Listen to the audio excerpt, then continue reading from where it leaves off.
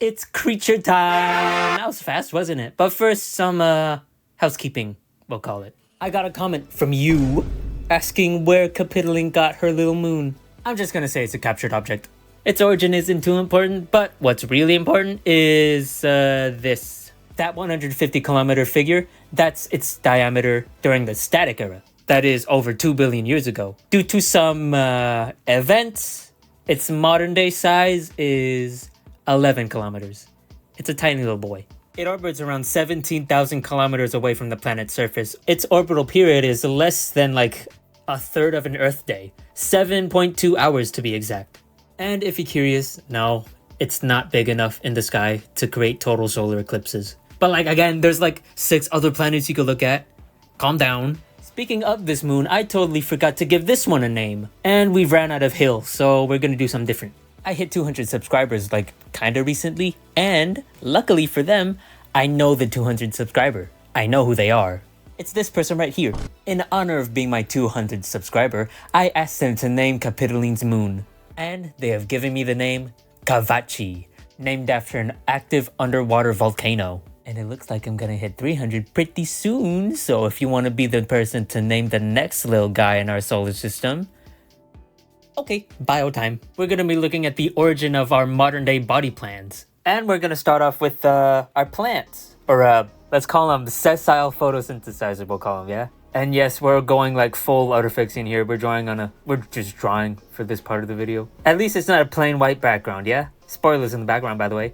Our first sort of photosynthesizers, they're gonna be just flat. Microbial photosynthesizers, they're gonna group up together, create multicellular life, and that's gonna be in the form of like just these giant discs. They're gonna soak up sunlight from the top and nutrients from the bottom through some basic old roots, and I guess like reproductive organs in the middle. Now here's where things are gonna get a little different. These creatures are inspired by stromatolites on Earth. If you don't know what they are, they're like the first living creatures ever. And they're still around today. They're just these giant mounds of microbial mats. And if you chop one of them up, you could see that they're like layers upon layers of microbial stuff. See? Yeah, look at that. This. Layers, layers, layers, layers. Some of these layers are like sediment. Others are like dead bacteria. And this is sort of going to be the structure of our early to modern plants. So we start off with one layer. Let's say that a flare hits. Bam. Flare. Flare hits the planet. This is now mostly dead. Some of these plant cells are gonna survive, and they're gonna reproduce, basically heal the full body. And they're gonna make themselves a brand new layer on top. I'm drawing these curved, but they really should be flat. Whatever. And these flares are gonna be frequent, like hitting like pretty much on an earthly daily basis. So this layering is gonna be pretty frequent. Dead layer upon dead layer, dead layer, dead layer, dead layer, and then the living layer. That's a straight fucking line. I drew that by mouse. But yeah, living layer on top. And then the roots are going to be extending all the way down to the ground. This layering is going to continue all the way until it's like a proper tree height. Photosynthetic layer on top, reproductive schmeckles up there, and then roots extending all the way underground. And all this dead stuff, it's not like really dead. It's more like wood or whatever alternative these are made of. I'm thinking, hang on, I have notes. Chitin or cellulose or lignin, these are what these are going to be made of. It's more structural than dead. Internally, I imagine these are going to be like sponge-like or hollow. That's how these roots are going to transport stuff up to the photosynthetic surface. Vascular stuff too. And again, you can see them in the background here. There they are. Sort of our modern day body plan. Now you may be thinking, Jay, why this sort of structure, not anything like a tree like on Earth? Not anything like that with like individual leaves or something like that. These flares are very intense. Any sort of thin leaf like we do have on Earth, they're just gonna get completely destroyed. This sort of thick disc of photosynthetic whatever stuffs, that's more favorable in this situation. And when I say thick, I'm talking about like succulent, if you know what those are. Or if you have one of them. I'm pretty sure you've seen these. If you've ever touched one, like any of these leaves, they're very thick. It's not like paper thin like a leaf. I guess this would be like photosynthetic all the way through for my plants. However, the competition for surface area, that's still gonna happen. This sort of isn't the most efficient use of surface area. So how is this thing gonna evolve morphologically? Well, for starters, the disc itself could have like a more textured surface, which would increase its surface area. For example, like a bumpy sort of thing or ridges. Think of like the human brain and all of its like wibbly stuff. Ridges like that, or more of a bumpy thing. Just minor textural surface things. And again, this is gonna be like the top of a tree. We could go for more like a cactus route or something like that. Instead of a flat trunk, we could have like sort of steps to it. Like this is a photosynthetic surface on the bottom. This is a new one back there. I need to move, I'm running out of room. And you get this more like tiered structure with more sort of plates along the trunk. For ground cover plants, it could pretty much still be this, something like that. Any one of these morphological traits would work for a ground cover plant. Just get rid of the trunk. While we're here, might as well stop calling them trees. I already have names for these species. Our ground cover plants, these are going to be called terrastratum. Yeah, it's in Latin. Who cares? Ground blanket, I think. Our trees, they're going to be called arbostratum. Let's talk about how these guys are going to reproduce and stuff, because if you could tell, these flares are not only frequent, but they're very damaging. How are these guys going to survive? Let's say that this is the top of either our terra or our arbostratum. These are the reproductive organs. I decided to keep it like plain and simple, sort of like mushrooms. Whenever they want to, they will release gametes, which will self-germinate, and then they will release spores into the air. So in their larval seed-ish stage, they're gonna look something like this. So body of it right there, and leaves. These will help it float in the air, also give it some like photosynthetic energy. And as sort of like a size reference, these are gonna be like microscopic, again, like spores. Once they land on whatever surface they find themselves on, they're gonna start photosynthesizing, which will allow them to sort of create duplicate leaves. So there's the parent body, and then here is sort of our daughter body. And again, once these new leaves start to form, the photosynthetic processes will accelerate until we have two pretty much adult spores. And then this process will keep going, times two, doubling, doubling, doubling forever, until we get a good layer of these parent-daughter bodies, which will form a stratum. Now, here is what you may be thinking. Jay, again, you mentioned before, these flares are like pretty frequent, pretty common. How in the world are we gonna get a stratum, a whole thing, out of these tiny little microspores in such a short amount of time before a flare hits? Kudzu is an invasive plant that grows in the American Southeast, I think. As you can see, these photos, they are very, very, very, very invasive. All that you're looking at is the kudzu covering up trees. Here's it covering, I think that's a hill or a cliff. Here's it covering a whole fucking house. And the reason why it's so invasive is because it grows at such a fast rate.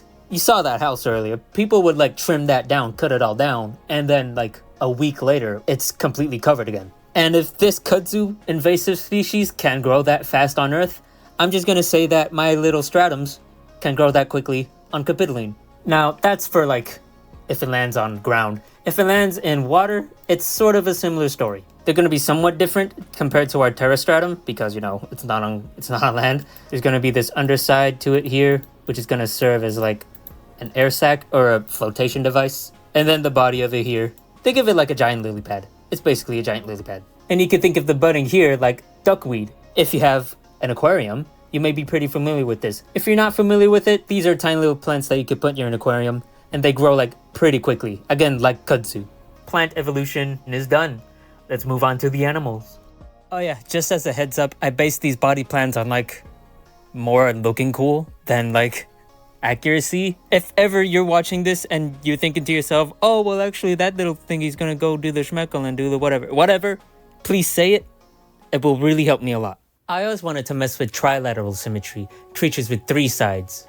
For one, because there aren't any on Earth, and two, because there aren't many spec bio projects using trilateral creatures. Closest thing we've got is pentalateral symmetry, aka 5-sided creatures like starfish and all those relatives. But apparently, around 500 million years ago, those coexisted with trilateral creatures. These creatures were called trilobozoans, and they existed around the late Ediacaran period. How do you pronounce that? Whatever. And as far as we know, these trilobozoans functioned pretty much the same way as those starfish ancestors do today. They had no real advantage nor a disadvantage compared to them, so why did they go extinct? And why did the 5-sided creatures survive to modern day? We don't really know. We really don't know. Again, they had no real advantage nor disadvantage, so it's completely valid to assume that it was just luck.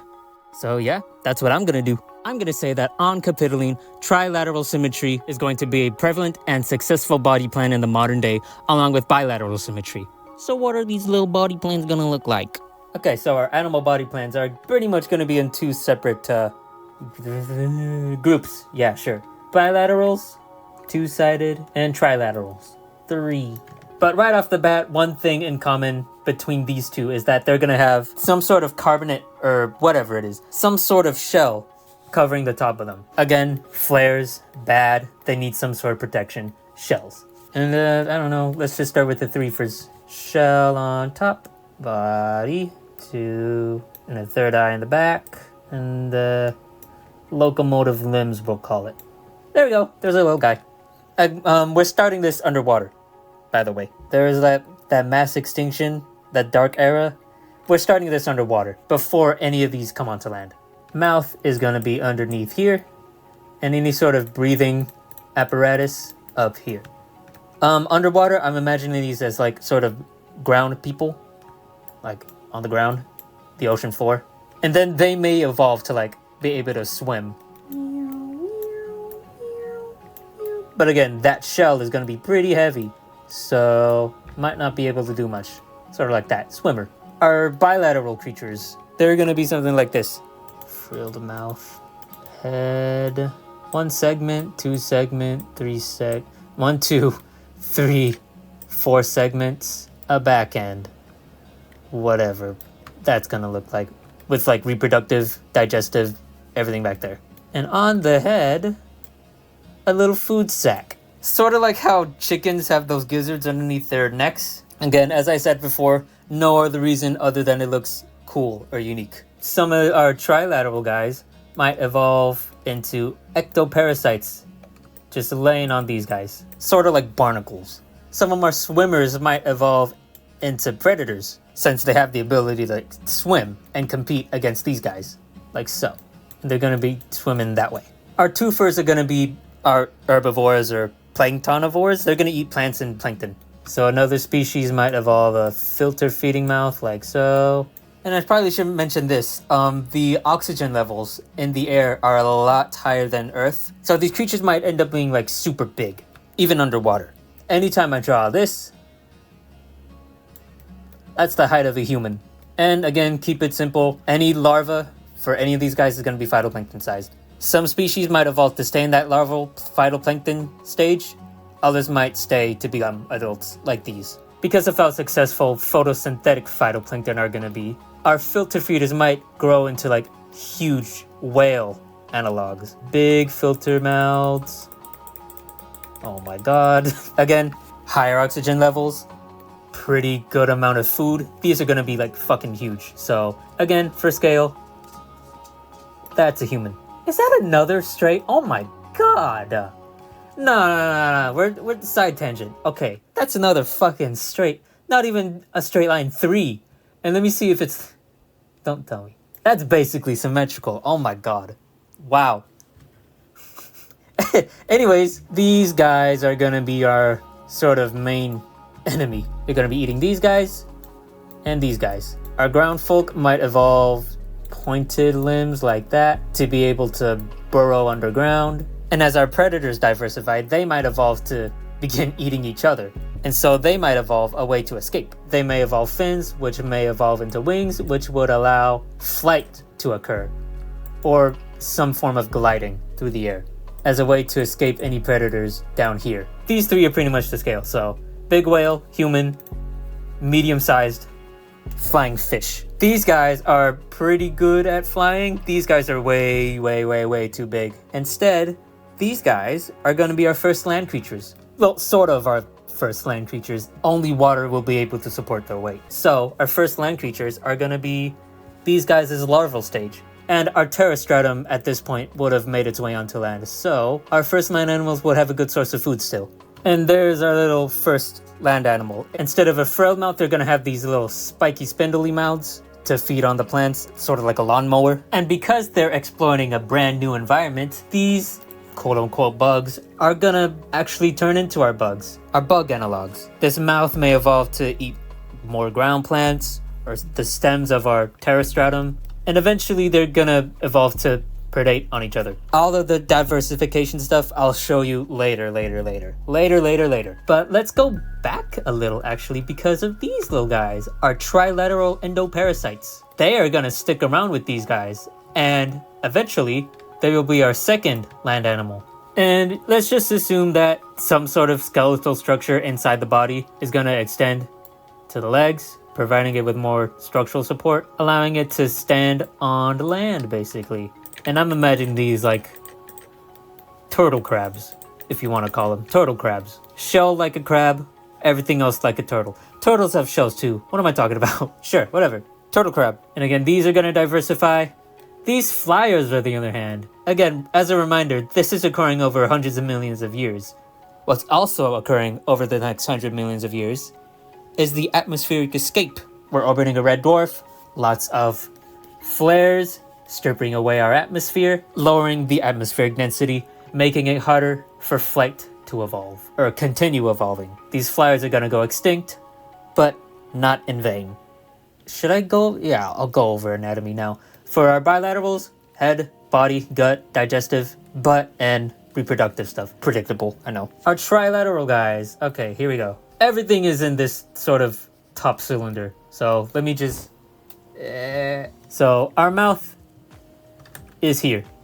If you've seen the movie Nope, you probably know where I'm going with this. Food enters the gut. Our digestive system is gonna circle around. There we go. Our digestive tract. This is gonna be like a ring around the mouth. Here's our bottom view, mouth, and our exit site. Yes, they poop in rings. Their brains are gonna be like octopi brains, if you know what those are. They're going to be shaped like a ring. These are going to connect to the optic nerve for our eyes. I might as well draw the 3 legs here. 2 of these sides are going to be for like various organs. One of these is for our reproductive organs. And then one of the reproductive stuff is going to be through an orifice on this third. Skeletal system. We got a bone right there connected to the shell. And our heart in the middle like that. And they breathe through their shells, so there's going to be holes at the top here with some lungs. Again, one on each side. Oh god, this looks so bad. And fuck it, yeah, skeletal system, once it falls on land, it's going to stretch down to the legs here. I know. If you close your eyes, it looks good, okay? Trust. Here are the phylogenetic trees for most of what I talked about, including some extras. Here are our stratums. They might split up into the trees, or the tall guys and the short guys. And then one of the short guys might split off into a decomposer. Here's our little terrastratum. Some of our terrastratum might split off more into like this sort of vine thing, just to spread out, cover more ground, and a little shrub sort of thing. Here are our bilaterals. As you can see, this early clade's gonna stick to the ground. These ones are gonna live off the plants. One of our future clades may split up into flyers. As you can see, they may evolve wings. And here are our trilaterals. Spoilers, mainly because I was too lazy to draw the rest of it. Speaking of our trilaterals, I'm pretty sure most of you guys are asking the same question. How are they gonna walk? Here's Jeffrey. He's an early trilateral. Early trilateral. 2 eyes up front, 1 eye in the back. I'm thinking they're going to evolve so that 2 eyes are going to be facing frontward and 1 eye backwards. And I'm thinking they're going to evolve so that instead of being radially symmetric, they're gonna be bilaterally symmetric. 2 main eyes and a sort of eye in the back. The 2 front legs are gonna be the main sort of walking legs. The back one here, I'm thinking this could be like bodily support, kind of like how animals use their tails. I'll pop up a video in a second, but again, 2 frontal legs, 3rd leg in the back. I'm also thinking the 3rd leg in the back could be like sort of used as like a booster, sort of like a springing motion or a jumping motion. And I guess I'll talk about one of the spoilers here. These guys are also gonna evolve flight. Here's the main body, leg, back leg, and I guess sort of like bats, big membranes of skin for the front, wings, and a 3rd sort of tail wing. If you could kind of see it, again, 2 front wings, back wing, think of like a butterfly, sort of. You can imagine this like flapping around, right? Yeah, sure. Another way these guys could get around, they could just roll around. If they ever need to fast travel, say they like running away from a predator, we can have them just sort of spin around like a pinwheel. I imagine they could get pretty fast by doing this. And that was a lot of talk about basic body plans. This is all the basic stuff, yeah? How are these creatures going to evolve? Evolving these creatures is actually going to be pretty easy because, for one, all of the continents are going to emerge from the night side of the planet, all separated from each other, all distinct from each other. So, technically, they're all going to have, like, isolated ecosystems. And I guess that's amplified by the fact that each sort of continent has their own main biome, or climate. What you're looking at here is a Köppen climate map of my planet. Each color represents a different type of climate regime. So our blue here is our rainforests. And as you can see, this central continent here, it's just all rainforest. There's some here on the coastline here, but it's very minuscule compared to like the whole thing here. This guy here is more of our, I guess, regular forest. What would we, oceanic? That's an oceanic climate, yeah. This big guy here, again, I mentioned in a previous video, this Andean mountain range is gonna block any incoming rain and moisture. So this thing's just gonna be a big old desert. This big guy to the west is our tundra climate,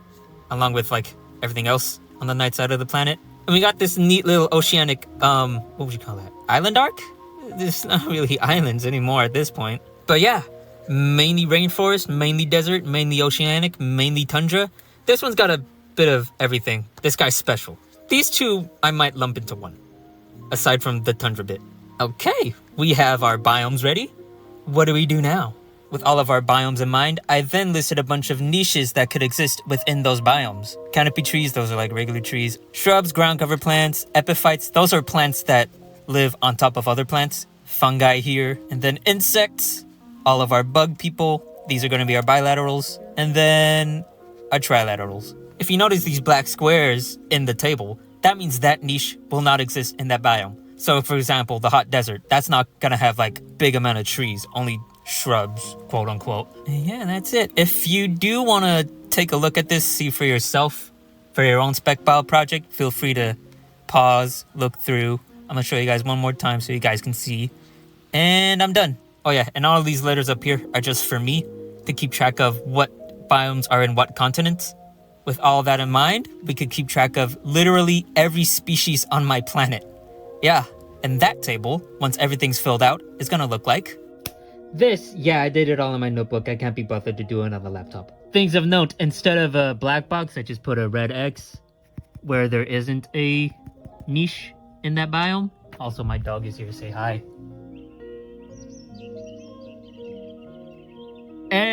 Pretty much every box that is needed to be filled in has been filled in. Oh yeah, these green ones. If there is a green box with an arrow, that means that species migrated to that next biome. Let's see here. For example, this bug right here, that belongs in the cold desert. I guess he migrated to the hot steppe and the cold steppe. And excuse my camera work, but I'm just gonna have you guys take a look at all of these pretty creatures. Ain't she pretty?